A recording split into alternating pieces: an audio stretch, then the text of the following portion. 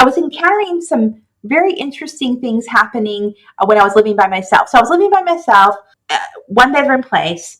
What had happened was I've been experiencing some kind of very strange occurrences. It could have been just electrical in the unit that I was in, but some things were really unexplainable. So, and so this kind of ties into kind of where I'm feeling about the whole paranormal realm.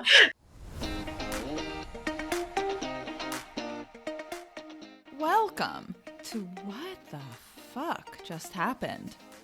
I'm your host, Liz Enton. If you listen to the intro, you know my story.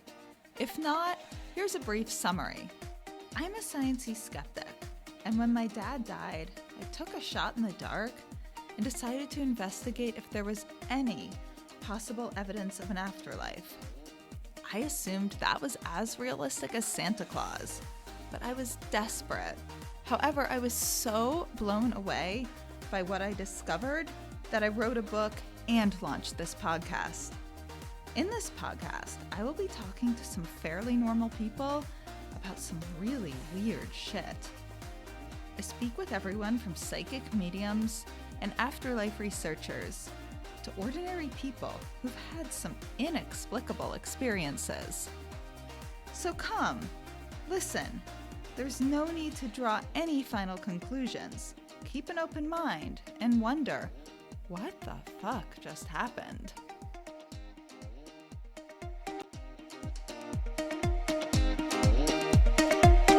Hi everyone, I'm so excited to be speaking today with JC Bratton. She actually is fascinated by the afterlife herself and has a podcast and had reached out to me, so I thought you guys would love to learn more about her. So a bit more about JC Bratton. She is a young adult horror thriller short story writer. In 2020, she released 3 short stories and 1 collection under her publishing company, which is called Blue Milk Publishing. Her current short story, Dollhouse, peaked at number 1 on Amazon's 45-minute teen and young adult short reads. JC's stories pay homage to the point horror novels she used to read as a kid, such as Slumber Party by Christopher Pike and Twisted by R.L. Stine. Some of her biggest influences are Alfred Hitchcock, Lois Duncan, Stephen King, and Richard Matheson. She also hosts a recurring podcast that she had me on called Things That Go Bump in the Night, and that centers around topics related to urban legends, horror, superstitions, and anything creepy. She lives in the heart of Silicon Valley, San Jose, California. So JC, did I leave anything out? Is there anything you want to add? No, that sounds really good. Thank you very much, Liz, for having me. So thanks so much for coming on. No problem. So I have so many questions for you. Sure. First of all, what got you interested in the afterlife? What aspects of that fascinate you? Oh yeah. Well, actually, I've always been, fascinated with horror, as you mentioned with in sort of my introductory bio. I'm a big fan of horror, science fiction, anything kind of macabre and thrilling. And because of that, I already have that sort of baseline interest. And then just over the years, I've always been a little bit more inclined to think about the paranormal and what could possibly be. But of course, I also have a very scientific mindset, and I am very skeptical about things. So I don't trust everything that I hear about or see or whatnot. So, but I do have an appreciation or affiliation or affinity for things that maybe we don't understand yet. And so what happened was in college, I took a course called Advanced Personality, and in it, they talked about near-death experiences. And at the time, I was just like, okay, just something to learn in class. I wasn't even really thinking about it, particularly because it wasn't affecting me directly yet. So it wasn't until my dad passed away in October of 2017 that I started really thinking about energy and our spirit and what happens next when we pass on. And I had some unusual experiences after my dad passed away, one of which is actually featured in one of my short stories, Parasomnia. It's the situation where what happens is that when you're kind of going from REM sleep to wakefulness, all of a sudden I started seeing all these rapid moving still images flashing before my eyes, and they're crystal clear, sharp, just flashes of pictures, picture. It was very, very odd, and it only started happening after my dad passed away. And so then I started thinking about this kind of collective. Do we have some sort of like collective consciousness, or is there one cosmic consciousness? So those kind of things are kind of like going through my head. Then that flash forward to the beginning of 2021. And then on Netflix, they had that one series about surviving death. And in that series, they had a whole section about near-death experiences, where they interviewed various people such as Bruce Grayson, Jim Tucker, various leading researchers from the University of Virginia, right, in their Division of Perceptual Studies. So it was very, very interesting to listen to that. And that's what really got me thinking, like, wow, there are actual scientists looking into this. And so maybe there really is something about this. So I've done a lot of reading in this sort of realm, watched tons of YouTube videos, and it's been really fascinating. And so, yeah, so I'd say, I've gotten really, really into it. So I have 800 questions. Sure. First of all, the images that started flashing in your mind, and Yeah. I'm going to double check this. I know it's called this when you fall asleep, but I believe Mhm. it's the same when you wake up, called the hypnagogic state. And I think that's when they say people get a lot of supposedly downloads, psychic information, or even just very creative information. From what I understand, when Mhm. Einstein would try to solve problems, he would often get answers during the hypnagogic state. Yes. So what were these images? Were they of your dad? Were they like quote unquote supernatural? What were Yeah, they? well, that's the interesting part, is that for the longest time, when they would happen, I mean, it's not frequent. It doesn't happen every single time. It's just every once in a while it will happen. And when it did happen, they were like very crisp HD kind of color images of just like a child in a classroom, a woman smiling, some trees, just random things that maybe as if it was a point of view of somebody else looking at that image. I mean, that image was like somebody's point of view. So it's kind of like, I'm seeing what other people are seeing. That's how it feels anyway. But it just goes by so fast. But the interesting part is, and I mentioned this in my little short story, because my short story kind of like is a reflection upon some of those experiences I actually had. There was a point in time where I was actually able to stop those images. So it would just go flash, flash, flash, picture. Then all of a sudden I tell myself stop, and then one time I did. It stopped on two women. So there was like a still image of two women, and then what happened was I said hello. One of the two women came to life, animated, and said hello back. Freaked me out. I'm like, I still have goosebumps thinking about it, and then I just woke up. So there's a way to. I think there's a way to control it, and I think these are like real people. I mean, maybe just some. I feel that way. Anyway, it just feels real, and maybe this is that kind of realer than real kind of experience that people in who've had near death experiences talk about. That's how I feel about it. So it's very, very strange phenomenon. But I actually have gone on a few forums to see, like, are other people experiences, what are they encountering? And sure enough, they're talking about similar things, where they just have these rapid moving images, but not always are they like crystal clear images of people. Sometimes they're just like, shapes, wiggly lines. I mean, like different kind of things, but sort of the same sort of thing, where it's just rapid movement, boom, boom, boom, boom, boom. One time I actually had these images that were cartoons. It ended up being like cartoon characters, cartoon after cartoon character, and then I had to stop on a pig, and the pig, instead of being a still image, started talking to me, and I'm like, ah! I woke up again, and I was really scared. So Do you remember what the pig said? I don't know. I don't remember what it actually said to me, but it was just weird.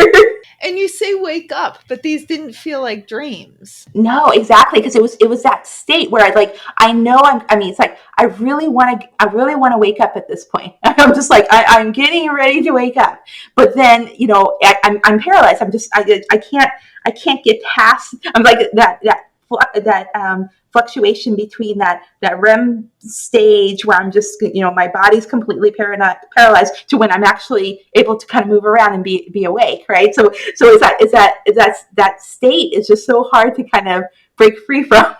So yeah, very very odd experiences, but like I said, really got me to start thinking about that whole idea of this kind of universal consciousness, or sort of a collective sort of consciousness that maybe we're all experiencing. And the women you said hi to, Yeah, who she said hi back, and you yeah, felt drawn to focus on that one. Do yeah. you think they're living people here now and you somehow connected in an alternate state? Do you think there's some women who've passed away and it was like media mystic? How, I mean, I could come up with like 8 different ideas to play with.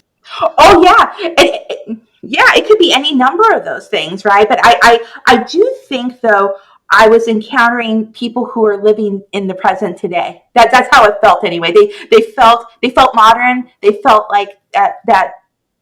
And I don't know, maybe just the energy or vibe about the two women, and even though the one woman kind of became animated and started talking, but it was just like the way they were feeling, and the environment looked like that they were maybe just like real everyday people. Maybe this person's in Wisconsin, this person's in Florida. I mean, who knows? And there's a So woman sitting there saying she had this weird experience. She was half asleep and saw this other woman's describing you and both said hi. yeah, I mean, what weirder things have happened. exactly.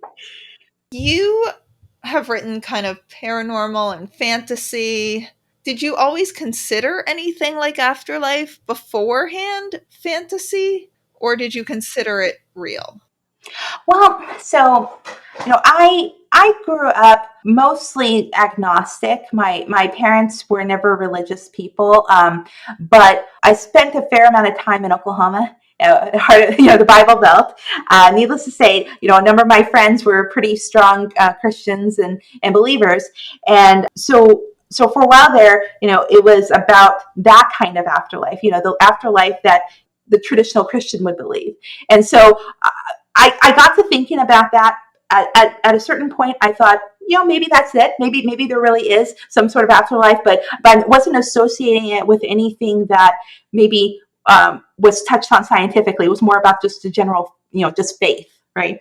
But then what happened was, over time, I just kind of went back to my agnostic ways, and I was just like, I don't know about this whole thing, but I'm hoping, I always have in the back of my mind, I'm hoping that there's something that's going to happen afterwards, right? But it was just like one of those things where I guess you could say that I've always had sort of a spiritual nature, and I mean, believing in some sort of connectiveness with amongst living things. But I think it's it kind of it's been separated from religion altogether. I really do feel these days that you can table religion altogether. What we're experiencing, or what we're hearing about from the scientists, and these actual stories from real people going through all these different phenomena, that there's something out there, and there's something really happening, and that actually I think is very encouraging. I would agree with you. I feel the same. Like, I had just only definition I'd heard of an afterlife growing up was religion. I grew up, in very secular culture in New York. Being Jewish was pretty important in my culture, and but as a culture, never as you were actually would believe there was a God. And so the way the afterlife was always presented was the definition of it. It was either religion or there's no afterlife. And there was no afterlife, to me, was so much more logical than religion. So it's when I started finding these science and Mm-hmm. evidence that my listeners know my story. So this is more about yours, but Yeah. when I found that, I was just like, this never was an option. It was always one of two ends of the extreme. Either, yeah, religions which have evolved so much over the years. I mean, however many years ago people thought there was Zeus, and then suddenly it's the Mm-hmm. Judeo-Christian God. I mean, just none of it, not to knock it. I know it gives some people strength and Mhm. joy, and it's part of their belief, which there's nothing wrong with. But if you're not a belief-based person and you have grief like we all do, it doesn't really do very much. Yeah. Yeah, exactly. And so the first thing then, am I right, that made you think there was something more was learning about NDEs in school? That was the very first thing? Well, outside of kind of hearing about it from just a traditional Judeo-Christian sense, yeah, hearing about the NDEs through, like I said, my advanced personality class where we talk about death and dying, that's kind of what the first time I actually heard about the whole near-death experience realm, which I always think that for some reason, at least people in the Christian faith or Christian community really frown upon.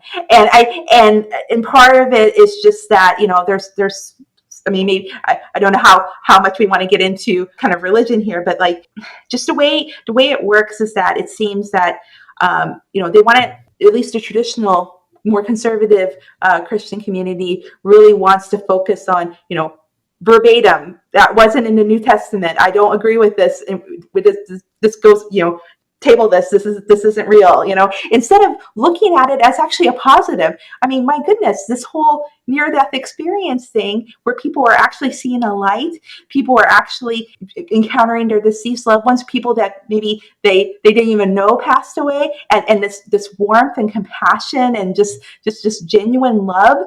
uh, I would think that that's something that is a good thing. It should be promoted. It should be looked at as a positive. And for some reason, it just kind of gets shunned in that community. I just found that very, very interesting. But yes, to your point though, I'd say that a beginning point in terms of learning about NDE came from college, but kind of tabled it in my mind until my dad passed away.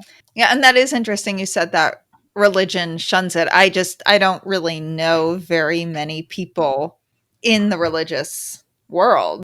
Belief versus evidence are two different things. And, if someone wants to go the Sure. belief route, that's totally up to them. But, for people who need evidence, like, I don't think you can believe whatever you want. I could believe I have $1 billion in my bank account, but let me start living that way and let's see what happens in my Yeah, life. exactly, So, exactly. what I just really like about things like NDEs is there's facts. It doesn't really matter. You can believe whatever Yes. you want, but it's these facts. And I know in my darkest days of grief, that's really grounds me. I don't want to say heal because I think grief is a lifelong process. And we both lost our dads, which Mm-hmm.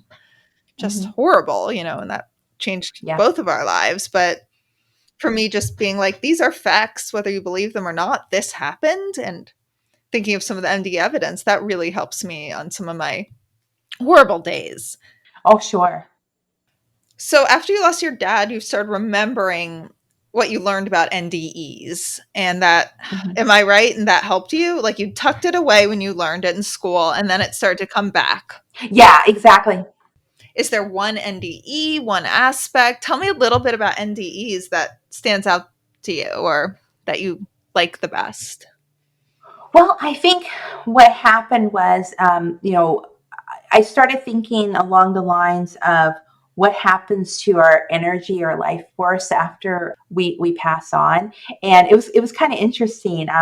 What Because when my dad passed away, he was going. He had a bunch of different health issues. One of which was advanced kidney disease, in addition to a stage 4 prostate cancer that he had. So he had a lot going on. And then what he ultimately died of was kidney failure. And so he went into cardiac arrest. They sent him to the hospital. Even though he was on hospice, there was a bit of a mix up. They just went ahead and sent him to the hospital. And then when the doctor came over to me, he's like, your father, his potassium level was through the roof. He has kidney failure. We can't do anything more about it. He's brain dead at this point. You've got to make a decision. And so my decision was to go ahead and stop life support. But when that happened, we were able to say our goodbyes. They let us go into where he was at in the emergency room. And so I held on to my dad's hand, and I kind of talking to him, talking to his spirit. Maybe if he was in this out of body state at that point, I was hoping that maybe he heard me. And I just told him, I said, hey, please provide me some sort of evidence that you're hearing us, or that you know that, I mean, that you can assure us that you're okay, and I did that, right? And but I really feel, and maybe it's just wishful thinking, right? But I really feel then that whole thing where all of a sudden I'm having this, like, it was the hypnopompic hallucination. Like, going back to what you're saying, I think it was like, yeah, hypnopompic is the one going from wakefulness to going from REM sleep to wakefulness, and then hypnagogic, I think, is the other way, or something like that. But anyway, and so what happened was, so I felt like that maybe that was a gift from my dad to kind of get me to start thinking about this whole realm and possibility, kind of like opening up my mind again to the idea that, hey, there's more out there. And then, like I said, just more recently watching that series on Netflix about surviving death, just got all the wheels turning, right? And it's gotten me really fascinated, interested in this whole topic. But I really do feel that there was a turning point there, particularly when my dad passed away. Is there a certain near death experience story you like the best? Well, so yeah, there's just so many different ones. What's interesting, more recently, I was looking at the website for Kenneth Ring, who he was the one who really pioneered that one study about blind people who could see during their near death experiences. So he wrote the book called Mindsight. I'm actually reading that now. Oh, you are reading that now? Yeah, so Kenneth Ring, his website, he's got a lot of videos on there. One of which is a video that isn't on YouTube, and it's this video that was created, I think, in the late '80s, regarding near-death experiences in general. And what happens is that that one was really fascinating. He had a lot of interesting stories in it. It had a young Bruce Grayson talking about how he felt that this wasn't. He goes, NDEs aren't hallucinations. So it was a very, very interesting to see him say that, way back when, and of course, continuing today on it. What had happened was, Kenneth Ring had all these different videos, of which he had there was one video where he had select interviews from people who were part of, his research on NDEs, of which the one account was this woman named Vita. She was like, this interview, I think, happened somewhere in the mid '80s, right? So at the time, she was I think she was like in her late 20s, early 30s, divorced school teacher. She had gone through a situation where she ended up getting into some sort of accident that got her into ended up having a near death experience from her accident. She said she was floating above her body. She saw, it was like doctors or paramedics working on her. Got one guy she said, with a bald head. She was able to see a guy with a bald head putting a blanket over top of her. So that's when she knew she was not in her body anymore.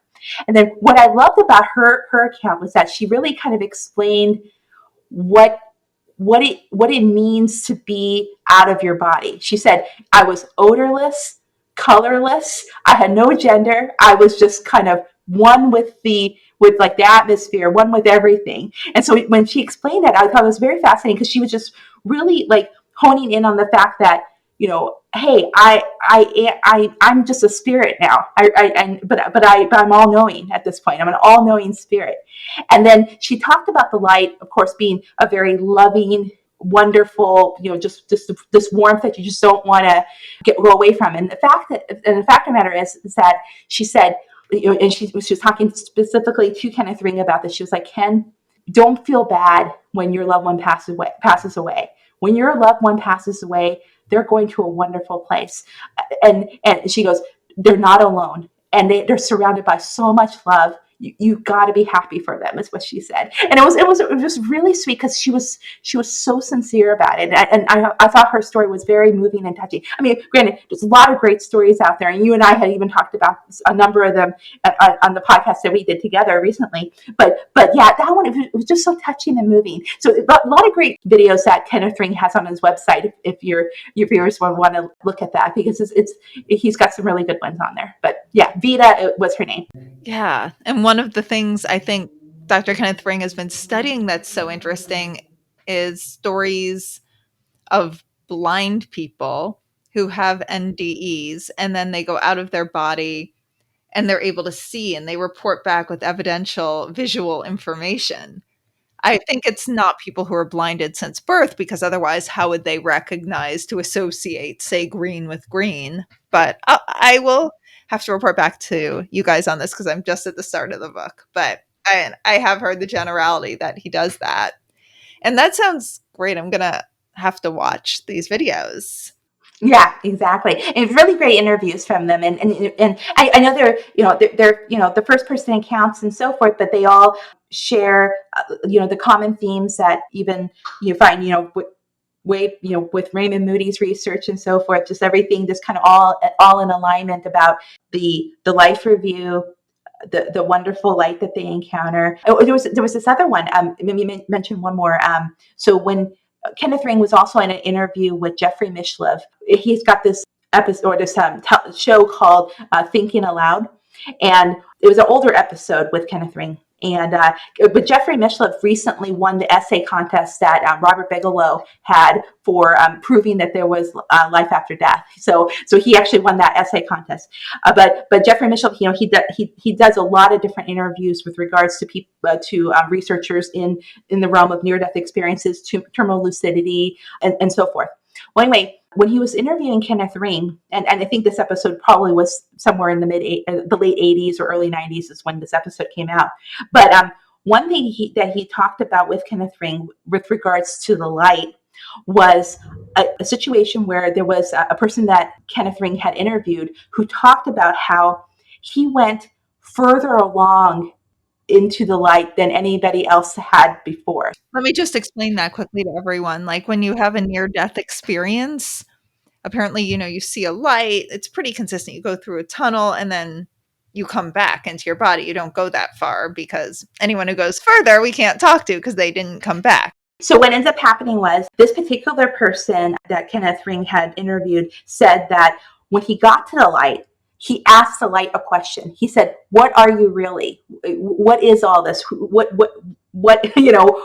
who or what are you, light being?" And then what the light ended up doing for this person was it allowed him to pass beyond the light, where he was able to see like a collection of souls. So the light itself he saw was just a connection of everybody's spirits all combined. And then from there was another light. He said, like maybe a primordial light that's beyond the light that everybody else is talking about in their near-death experiences. So that's a very interesting thing. So you wonder if after a certain point, then you go on to another realm. And then that other realm has this other light, or whatever, right? But needless to say, of course, we don't know about these things because people have to come back in order to tell us these stories, of course. But yeah, so that was an interesting one too.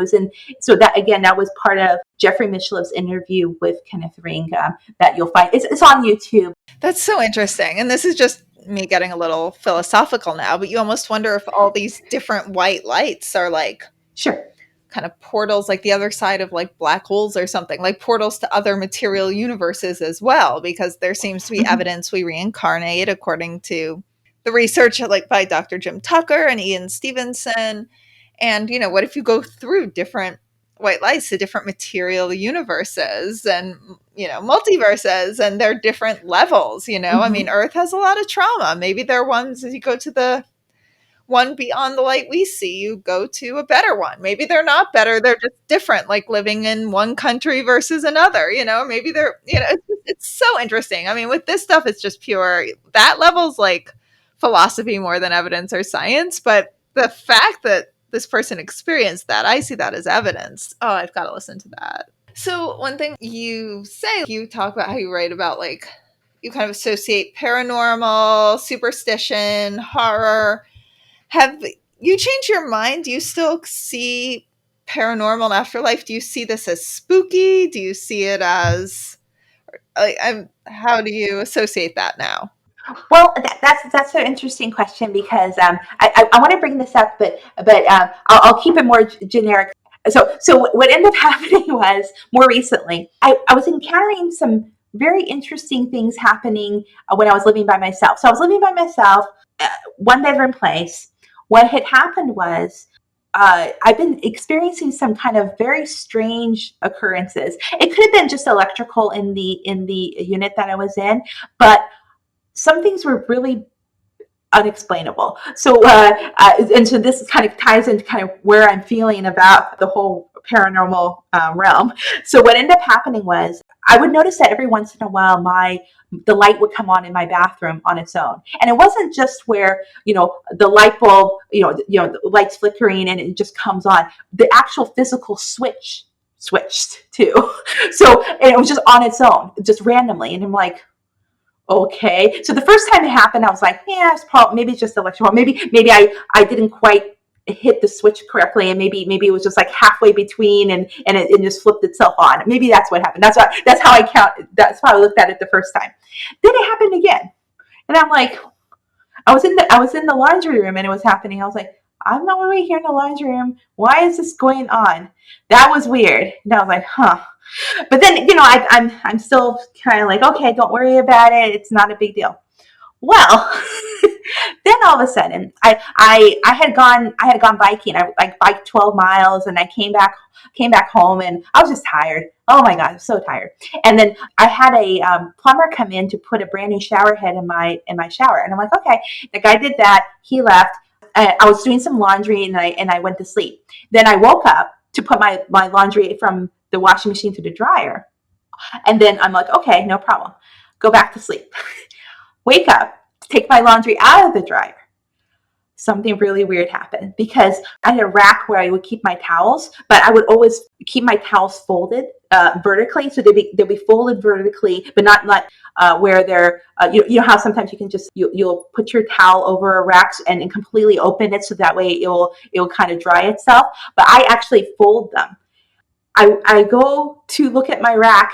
My towel that was folded earlier was now completely opened up and on my rack, and I didn't do anything. I didn't touch it or anything. And I'm like, oh my god, what happened? That's when I was like totally freaked out, and I'm like, okay, there's something going on here. And then what ended up happening was there were a couple more instances. One of which I was gone for the whole weekend. I come back and my lights were off again, and the light switch was off, and there was a crack in the faceplate. Like, oh my gosh. So anyway, needless to say, I think I had a paranormal situation going on. Maybe a friendly ghost that wanted me to conserve energy. I don't know exactly what it was, but yeah. So, but did it freak me out? I think that the towel thing did freak me out because I'm like, that's like really creepy because I didn't know what it was trying to tell me at that point. But like the little light switch thing here and there, I wasn't as scared of, but it was like the towel thing was like, ugh. But needless to say, I think it was a friendly entity, whatever it was, because it didn't do anything horrific. Because I was like, okay, I know you're here. What are you wanting to do next? Show me something, and it just doesn't do anything. So I'm just like, okay, maybe it's just like a passing friendly entity. It's a long-winded story, but that happened to me relatively recently. No, I love that story. And I tend to think of those things like they're stereotyped as scary, but to me, it seems like just someone letting us know they're around us. And to me, that's so much less scary than the idea that we're just these like alone material beings and we die, we die. I mean, I think the idea of other consciousness in other dimensions around us probably are our loved ones. I doubt they're creatures that just want to harm us. I Yeah, mean, yeah, don't know yet, but I highly doubt that. And so I know this isn't exactly about evidence, but I'm just yeah. interested before you got into afterlife evidence, what got you so interested in horror and paranormal? Well, I think it's Hey, I'm interrupting myself and this episode for a second to invite you to send me any questions you have, and I'll pick one each week to read and answer in the next episode. So this week, Ella T asked, is it true that we actually pick our parents? And if so, why do some people pick not so nice or abusive parents? Okay, this is a two-part question and it's pretty complicated. So, for the first part, I can't answer that for sure. I know Dr. Jim Tucker, who I've talked about, who studies cases of kids with past life memories, has looked a little bit into between lives, and there are a few children who said they picked their parents. I don't remember the exact details. A few have mentioned how they have picked their parents. And what's really interesting is they've also given evidential details, such as this trip their parents were on, I believe in Hawaii, and they gave details of that the kid could not have known. And this was the week and vacation where the kid was conceived.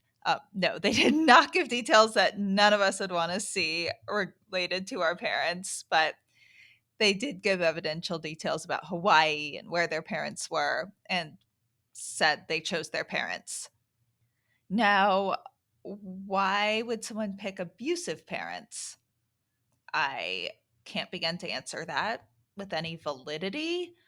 I know mediums who also have said that we choose our parents, said that often it's we come here to learn life lessons, maybe to teach our parents if they're abusive, maybe they came here to overcome that and they failed. I mean, I really can't give any answer to that I would consider valid or worthy. That's just the information I've heard. And I mean, who knows? I just, if you've had abusive parents, anyone, that's just really shitty. And I can't say there's a good reason. I've been getting a lot of questions, which I'm always happy to reply to and answer. If you have a question you want me to reply to, but not to read on this podcast, just note in it, not for the podcast. I'm happy to answer your questions either way.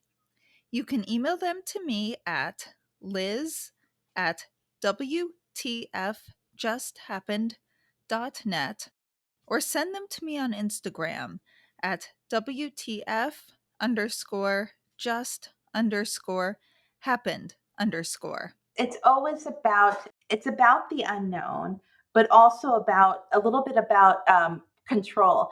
And the reason why I say this is that whenever I've watched like a horror movie, like slasher horror, where you have this kind of movie maniac trying to do something, and then you got the final girl who just tries to save the day at the end. I always thought about like the situation where it's like, how would I outsmart that killer? And it always got me just kind of thinking about like, I could do that too. It's like, I looked at it as like training tools for if I was ever in a horror situation in real life, then I'll know what to do. So part of it was that, I guess the kind of horror that I really, really love, that really kind of like makes my skin crawl and I get really kind of a little scared about, is when you don't know anything about why this particular thing is happening. So, for example, for a while there, we had those stories about Annabelle that were from the Conjuring series of movies. What had happened was the Annabelle. In case your audience doesn't know about Annabelle, it was a doll. I don't actually know much about it. I know it's a doll that was like a horror film doll, but I don't know much about it either beyond that. Oh, you don't know? Okay, yeah. So because what happened was with the whole Annabelle doll, it was based on a true story, because the paranormal investigators, they went ahead and were talking to some nurses who said that their doll in their apartment came to life, and what had happened was it was like a spirit had used a doll as a conduit. Is kind of what they were suspecting was happening.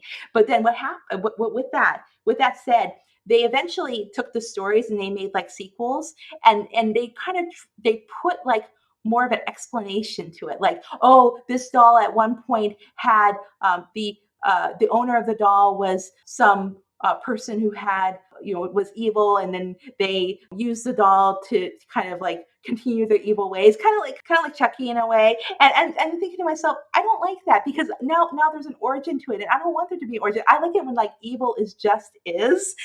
That's my favorite kind of horror, because it's so mysterious. You don't know why it's happening, and it's just happening. That's the kind of evil I really, really like to hear about. And that's why, like, for example, some of my short stories, the first one called Who's at the Door, I used the Bloody Mary urban legend in the story, but I made it to where it just is. Like you don't. There's no explanation as to why Bloody Mary came about. She just is. She just is, and she's just evil. And I like that kind of stuff. So I guess from a horror perspective, yeah, I'm really interested in that horror that just is, or using the information as data for survival. Yeah, which are two different things, but in one sense, I mean, we all write Yeah. about or we don't all write, but like most people, we read about fantasy, we read about reality, and the two tie in a little, especially when you get into science fiction. So much of science fiction ends up coming true or Mm-hmm. could be true. We're now realistically talking about populating other planets, which used to be pure science fiction. So, I mean, there really is sometimes a line between Mm-hmm. fantasy and reality that's not so set. I'm just going to say one thought about Annabelle doll, and I'd be curious yours. From what I understand, I don't think there's anything valid to it, but if you look and consciousness is non-local, and now people who are just very scientific and not religious based at all, or even spirituality based in any way, like a lot of silicon people in Silicon Valley are now really studying singularity. Can machines develop consciousness? And if you go with the theory, some are wondering if consciousness is built by our brains and then therefore built within new robotics, but also if it's downloaded from a source, if we're living consciously, not in material bodies, but our bodies are complex and aligned enough that it downloads into our body, which a lot of people who study afterlife evidence think, and fit people such as Sir Roger Penrose and how am I blank? Dr. Stuart Hameroff, who've even worked with Stephen Hawking, think they're parts of our brain like microtubulars that download this consciousness. And a doll, in that sense, it's an object. And as we build more complex objects, there can be objects maybe that download consciousness. Is it always going to be scary and evil? Probably not. Could it be? I don't know. There's some evil humans. And it's just, you can take this complete fantasy and there you can find grains of truth in it. I don't know. Do you think there's any truth to the Annabelle story? Is it pure horror, fantasy? Well, I think that, I mean, there is that possibility that, for example, like, spirits, they're kind of trapped between two realms, are looking for ways to communicate, and they use a doll as a conduit because it looks kind of human. I mean, I could see that as a possibility, especially if we look at that from that whole idea that, there could be souls, spirits kind of trapped between worlds. So I could kind of see that potentially happening. So I definitely wouldn't say that it's impossible that this happened. But it sounds like something did happen that scared the heck out of those nurses, because that really did get investigated. It's hard to say because there's a lot of fakes out there, and just like Jim Tucker, when he does his research on the children who have the past live conversations, they come back and he has to thoroughly research it to make sure, like, is this something worth my time investigating, because it could be not, there's not any kind of basis to it, right? So hard to say, but I think it's possible for sure. There's so much studies and evidence of PK, mind's ability to affect matter, and that spirits sometimes Yes. move objects. Why could they not move a doll? There's something. Yeah. I'm open. Maybe not so. Well, kind of what, kind of, tacking on with that, just like if we go back to what happened with Bruce Grayson with his very first story about the person who overdosed, who was completely unconscious, and then Bruce Grayson and her roommate were in totally different room, totally different area of the hospital, and we're talking, and then when he talked to the unconscious, When Dr. Bruce Grayson talked to. yeah, yeah, when talking. Oh yeah, I mean, I know the story, but I think our readers will love it. I don't know if they know the full Bruce Grayson story. If you want to explain it to them. Oh yeah, so Dr. Bruce Grayson's kind of one of our leading researchers in near-death experiences, and a psychiatrist, right? And so when he was still a young doctor at the time, kind of new to the practice. He had a situation with a young woman who had overdosed, and she was completely unconscious. He wasn't able to talk with her or anything. She tried to commit suicide. So he ended up talking to her roommate. Earlier that day, Bruce Grayson was in the cafeteria and he was eating some spaghetti, and he spilled some of the spaghetti sauce on his tie. But when he was talking to the roommate, he had to make sure that he kind of buttoned up his jacket again, because he didn't want that stain to show up on, it's kind of an embarrassing little stain. But what had happened was, later on, when he actually went over and talked to the girl who had committed suicide, she said, "Oh, I already know who you are." And he's like, "How could she know who he was? She was unconscious the whole time." He goes, "Oh no, I saw you. I saw you talking to my roommate. And I even saw that, that stain on your tie." So it's very interesting to know that at some point, with the whole out of body experience portion of the near death experience, there's that level of extrasensory perception, or there's kind of like a little bit of a paranormal aspect to it, because I feel like that either, at some point, maybe as the brain and mind are separating, or the brain and consciousness are separating, that higher level of consciousness gets activated, right? And I feel that that's why sometimes, if people are experiencing, like, paranormal sort of activity, that they are actually experiencing, maybe even without a near death experience, it's like tapping into that, like, higher level of consciousness, because there is at some point a separation that happens. And it's kind of like, maybe it's like in phases. Like phase one, your consciousness and your brain are intact. Then phase two, it starts separating. And in that time when it starts separating, weird things can happen, right? And when I say weird, like paranormal, like odd otherworldly things, right? And then complete separation. And that's when you get into that Vita situation, where she felt that, she was kind of like this odorless, colorless kind of like mass that's just kind of floating around all over space. So there you go. It's like I think paranormal really ties in, to this whole experience, because we're talking about an eventual separation between some sort of energy that's embedded in us and our physical. I agree with that too. Then I'm going to ask you, because you have a fascination with evil. Obviously, like, you're a lovely person, but in the fantasy horror way. And now you're studying Mhm. real, or learning about, I wouldn't say officially studying or reading about, but you're learning about real, genuine paranormal evidence and afterlife. What are your thoughts? Do you think there are evil spirits or entities? Do evil spirits exist?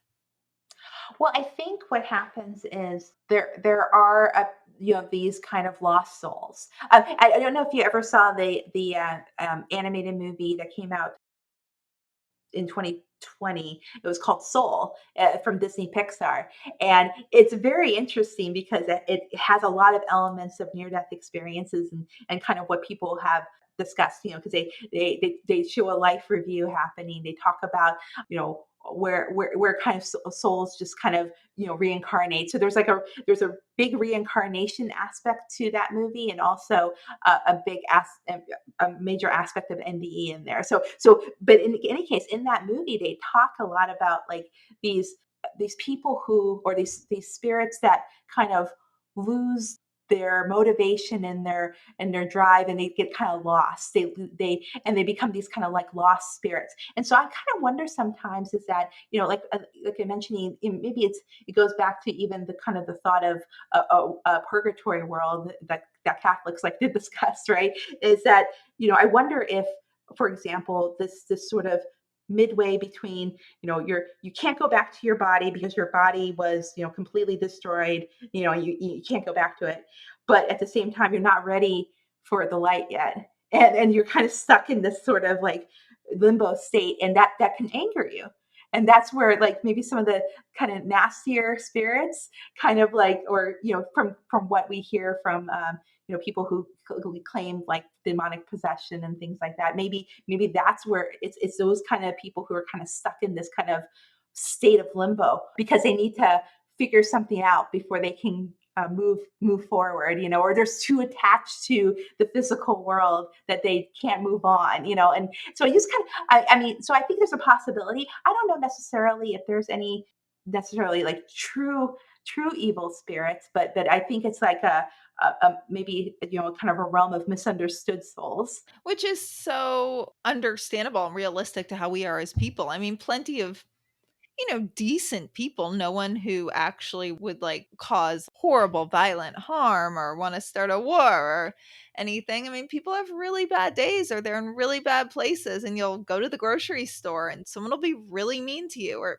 you'll be like, why, what a horrible person. But, maybe they just had a really bad day. And they're just a totally normal, decent human being dealing with the ups and downs. And I could see why would spirits, if they're trapped, if they're mad about that? I mean, people get grouchy and we do that too to each other. And And maybe it's more of a middle ground, a more optimistic approach of it. But yeah, I mean, but it's a possibility. it is, yeah. I mean, this stuff's purely philosophical, but as talking to someone who has an interest in fantasy and evil and horror. Yeah.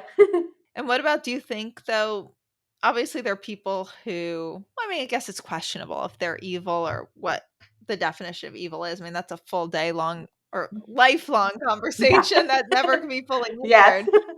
But people who are pretty much evil here, do you see them as going and being evil spirits? Like, I guess this is just in your fantasy books. Like, do you have images of what these evil spirits are, or were they evil people here? So if someone like Hitler passes away. So I think that what happens is, and maybe it's just from the evidence that we have so far from the number of people, or thousands and thousands of people who reported back on their near death experiences, is that when they get to the life review stage, and I'm sure that amongst those thousands and thousands, and by the way, there's Jeffrey Long, who's also who studies NDEs. He's actually a radiology oncologist, so he's an MD, but he's been also studying NDEs. He has a website where they've chronicled well over like 3,500 cases of NDEs. So it's very, very interesting. And in that realm of just like people reporting all these, you would think that amongst these would be people who maybe at some point committed a crime, or maybe accidentally killed somebody. I mean, who knows, right? I mean, with this large number of people, there's a chance that somebody had something like that happen in their lives. With that said, they'll come back and talk about they had their life review. They'll see things from the perspective of the people that they affected and so forth. But there's never any judgment. It's like it's that they go to this life review, whether it be with the light itself, or with I don't know, a proxy from the light that's there with them, but no one like really gets judged for it. It's kind of like everything's a learning experience. Everything's like, okay, this is what you did. Maybe that person killed somebody. I mean, who knows, right? This is what you did. This is how you affected everybody else. So now you know. Now at this point, it's kind of like if they can't go back to their regular body, you would think that maybe at this point this is where maybe reincarnation comes into play, where it's kind of like, okay, now what's next for you? Okay, you obviously didn't learn empathy, let's just say. Well, let's go ahead and send you back, and you're going to be in a situation where you're going to start being empathetic, and you're going to actually learn that. You're going to have to go through all of life all over again. Sorry, but you can't come here to the light yet because you're not ready yet, because you haven't learned. Because that's what I see. I feel like what based on all these accounts, that people are really emphasizing that it's all about learning. It's all about trying to get to the point where even maybe it's just kind of like Maslow's hierarchy of needs, where you kind of reach to the point of self-actualization. Because once you hit that point of self-actualization, you've mastered it. And if you haven't mastered it yet, you have to just keep going back. So I'm just kind of, it goes back to Hinduism, right? I mean, one of the oldest religions in the world all talk about this. They can't all be wrong. I mean, I would think there's something to this. A human definition of trying to understand some knowledge of some memory of something before we came here, and knowledge that we're going back to it. And yeah, I do know, I remember reading about some NDEs, yeah, where someone, I believe it was a soldier in Vietnam, had killed somebody, had killed people as soldiers do. And when he passed away, had an NDE, and was resuscitated, he felt the pain of the people he'd killed. He felt all the pain of their family. Yeah, and it was not a judgment. It's like having a good teacher or a good parent where there's sort of like this spirit guidance there, discarnate guidance who's like, you're not, that punitive, you're a terrible person, but wow, so you did this and this is what happened. Yeah, there seems to be some learning. I mean, yeah, we just don't understand it, but it does seem that there isn't no one who's done horrible things almost seems they're not evil, which it seems really hard for us to understand when you have a Hitler, but in this bigger picture, this deep understanding of I did this thinking this. And I think there's some ways that's a little much for us to understand with people who've caused the worst harm. But at the same time, I think there's something to it, I mean, most of the people who do horrible things, they've lived unbearable tragedies, or, if you talk to people who've maybe been in prison for 30 years who murdered someone, you can have a conversation and they explain where they were at, and you can have an empathy for them. You can see they weren't just this horrible person. There's usually a story behind it. And Yeah, exactly. And it goes, I mean, it goes back to just the whole idea of like, if we break down a little bit of, Judeo-Christian religion in the sense that they always say, like, hate the sin, love the sinner is what they had said. I mean, this was a Southern Baptist thing that they talked about when I, growing up in Oklahoma. But what that means is that, it's like the people are generally good. It's situations they go in, maybe something in their biology, I don't know, but like the actual core of that person, the core spirit that kind of gets into that person, is innocent, it seems, and the environment and the body and the physical kind of shapes things, right? And so you kind of wonder sometimes, is that you're not at fault. We didn't wake up one day and said, what, I'm going to be this evil person the rest of my life. I mean, for the most part, we're pretty much ingrained to help each other out and be good people. Like it's kind of ingrained in our being. But sometimes it doesn't happen that way. It doesn't work that way. There's a lot of negativity and quote unquote bad people in the world. It just happens. But at the core, you would hope that there's this kind of like deep ingrained moral fiber that says, no, I want to be good to other people. I want to be empathetic to people. I want to do good in this world. I think at the core, people are like that. But you know circumstances don't always turn out that way, right? And then maybe that's the whole idea of karma, that eventually what will happen is that you just have to keep trying until you actually get actualized. So definitely it's getting a little bit into, or quite a bit more into philosophy, but yeah, you can see that. And I think I've heard that line, love love the sinner, hate the sin. And I've heard it oddly, like this, I've heard it misapplied when I've seen it online, yes. usually used in very like, I guess where I've seen it is used like to promote homophobia and bad things, which Yeah. sort of adds Yeah. another layer of sort of Exactly. interesting about what like this badness is, because people will use it thinking they're doing the right thing, maybe being homophobic based on their upbringing. So, it just shows like this twist of sort of, in a way, doing people who seem bad doing the best they can. You can hate someone for being homophobic, and it's easy as a scene, going through life being like, oh, that's horrible. But, if you maybe knew their whole life story and they were taught this, they have a fear of burning in hell. I mean, I don't know. It's just when you can look at things in a much more complex way, which we don't always want to do in our day to day life. Yeah. Nor maybe should we always, because sometimes that allows for mistreatment of people, if to get too permissive of. Yeah, but I think what's interesting is that you kind of always wonder, like, you kind of wish everybody at some point has some sort of NDA. I'm not saying like you don't want people, always, almost dying or something like that. It's just a matter of like experiencing that essence where you actually get to see how your actions affect others and be able to come back and fix that, and or become a better person after experiencing that, the reversal where you actually see how you've affected other people. I would love it if more people got that experience, because I think then they can really develop that true empathy, and which is just totally missing in this world. I mean, granted, we, like you said, we don't want everybody to be pushovers, and you don't want people to be taken advantage of, but at the same time, there's not enough love in the world, as they say. I mean, yeah, I know that's almost like a cliche thing to say, but I 100% agree. And if the people who behave horribly, maybe starting at a young age, were sounds so like hokey, but in a way, just like hug, being like, "What's wrong? Why are you acting that way?" Behavior that's often rewarded instead of comforted, you know? Exactly. So really makes you rethink what evil is. And so it's going on an hour, and I could keep you all night because this is so interesting. But I guess I'll ask you like a few final questions. Is there a fiction story that you wrote viewing as pure fiction early on that you, after having studied this, you see really differently now that you've studied afterlife evidence? Well, that is interesting.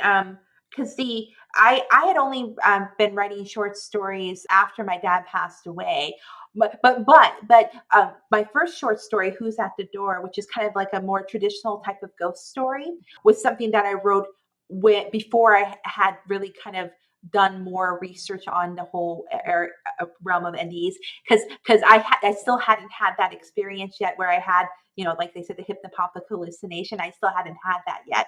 So it wasn't, once I wrote my second short story, that's when I had already, learned more about that whole concept of the, of the hypnopompic hallucinations, and the potential of some sort of like, universal consciousness. So my first story, yeah, that would be more of a traditional ghost story. But my writing probably hasn't really changed too much in that respect, because my third story, which is Dollhouse, is a very, also a traditional ghost story with dolls. But I guess I am a little bit more sensitive to the fact that there's uh, that the spiritual world, around us is sometimes misunderstood. Uh, it's there's possibilities. There's based on the evidence we have from not near death experiences, and also just from, general philosophy, we know that, we shouldn't discredit everything that we're hearing. If somebody says that they've had a situation happen to them, like for example, like my weird situation with my towel, if somebody told me that a few years ago, I might just come back and say, they probably just that they did that, but now I'm kind of thinking, well, there might be something to it. You never know. I agree after all the stories I've heard, the people I've met. And so I know you have your podcast also. Are there any episodes you're really excited about that you want to share with all of our listeners? Just want to mention that I'm going to have a couple more podcasts kind of featuring more along this line of NDE and this kind of umbrella. So one is in May, I'm actually going to have a podcast with an author who's also a philosophy professor. So his name is actually J. Steve Miller, and he's written books about terminal lucidity and NDEs. I'm just jumping in here for 1 second to explain terminal lucidity. I know we talk a lot about NDEs, so you know what those are. Now, terminal lucidity is this really fascinating phenomenon where people who've been incoherent, maybe they have Alzheimer's, maybe they've been some in comas, I believe, but essentially they've been very incoherent for some time. And as they get towards death, often the day before, they will suddenly, out of nowhere, be completely sane and present and coherent. It's this really ununderstood, fascinating phenomena. Hospice nurses and doctors talk about it a lot, actually. And now back to our conversation. His book, his latest book was actually, the foreword was written by Jeffrey Long, who is also like I mentioned, he's the guy who has that website with like over 3,500 NDEs documented. So it's really cool. So we're going to be talking in May. And then another thing that I'm looking at, and I'll probably do a podcast on here pretty soon, is regarding people who have dissociative identity disorder and how that relates to this whole idea of a universal consciousness, because it's very fascinating knowing that people who are having these situations where they have these multiple identities or multiple personalities, that how is that happening? Is that evidence of this whole idea of our bodies being a conduit of spirits, right? And that, because one person wrote in an article saying that this whole idea of a universal consciousness means that you have this kind of universal spirit or entity, but in order to experience life, it manifests itself in all of us, in all of these different personalities, so that way it can experience and learn about life. Very philosophical, but I'm looking into that as well. So all part of this kind of little realm of interesting topics in the world of consciousness and the mind body problem. Oh my God, that sounds so interesting. I definitely want to listen to those podcast episodes. And of course, I'll link to your podcast in the show notes. So, where can our listeners find you? Oh, yes. So basically, if you just go to my website, it's called bluemilk.co. If you go there, you'll see everything about all my different stories that I've written, links to my podcast, links to articles that I write for Mystery and Suspense magazine, just a bunch of different things about me. So yeah, definitely bluemilk.co is the best place to go to.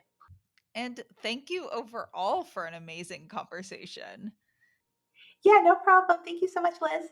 To get more information on what the fuck just happened, to get updates on when the book launches, download Grief Bingo, and more, go to WTFJustHappened.net, check us out, and subscribe to our newsletter. If you enjoyed this episode, please rate and review us wherever you get your podcasts. It makes such a difference, especially for a new podcast like this one. And if you've had any crazy what the fucks yourself, have any questions, feedback, or just want to say hi, reach out either on Instagram at WTF_just_happened_ or email me at hello@WTFJustHappened.net. And remember, you don't have to draw any final conclusions as you wonder, what the fuck just happened?